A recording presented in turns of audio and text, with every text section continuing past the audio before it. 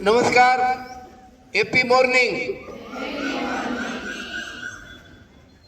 આપણે ગઈકાલે mental health અવેરનેસની વાત શરૂ કરેલી અને મેન્ટલ હેલ્થમાં મહત્વની બાબત છે એ જીવન લય એની વાત કરેલી અને સાથે લાઈફસ્ટાઈલની વાત કરેલી। બીજું મહત્વનું પરિબળ છે મેન્ટલ હેલ્થને અસર કરતું એ આપણું એન્વાયરમેન્ટ, આપણું વાતાવરણ। મનોવૈજ્ઞાનિક રીતે વાતાવરણ એટલે આપણી આજુબાજુ રહેલી વ્યક્તિઓ, વસ્તુઓ અને પરિસ્થિતિઓ, આ બધું જ આવી જાય। આ વાતાવરણ બહુ મહત્વનું છે, કારણ કે આ વાતાવરણ આપણને, આપણા સ્વાસ્થ્યને, આપણી હેલ્થને અનેક રીતે અસર કરે છે।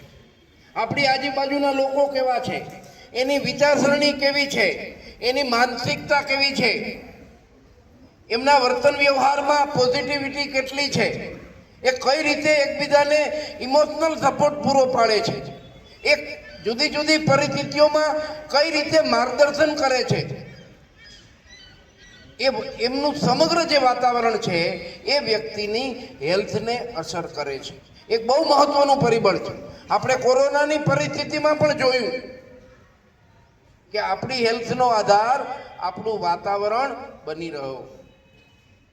એટલે મેન્ટલ હેલ્થ હોય કે ફિઝિકલ હેલ્થ હોય, આપણું જે એન્વાયરમેન્ટ છે એ બહુ મહત્વનું છે અને એમાં રહેલી બધી જ વ્યક્તિઓ ડાયરેક્ટ ઇનડાયરેક્ટ આપણી હેલ્થને અસર કરે છે।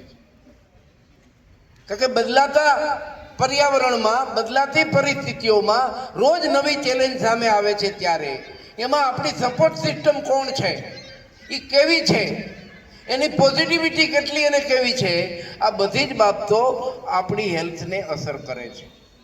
એટલે આપણું વાતાવરણ પોઝિટિવ બને તેવાય આપણી કક્ષાએથી પ્રયત્ન કરવા જોઈએ। એ વાતાવરણને આપણે પોઝિટિવ રીતે લેવાનો પ્રયાસ કરવો જોઈએ। જ્યારે પણ કંઈ નવી ચેલેન્જ આવે, જ્યારે નવા પડકારો આવે, ત્યારે એમાંથી બહાર નીકળવા માટે, એને પહોંચી વળવા માટે આપણા પર્યાવરણનો આપણે કઈ રીતે ઉપયોગ કરવો, એની કઈ રીતે મદદ લેવી, આ બધી બાબતો બહુ મહત્વની બનતી હોય છે। એટલે આજે આપણે આ પર્યાવરણ વિશેની વાત કરી કે જે આપણી હેલ્થને અસર કરે છે। ધન્યવાદ। ભારત માતા કી જય।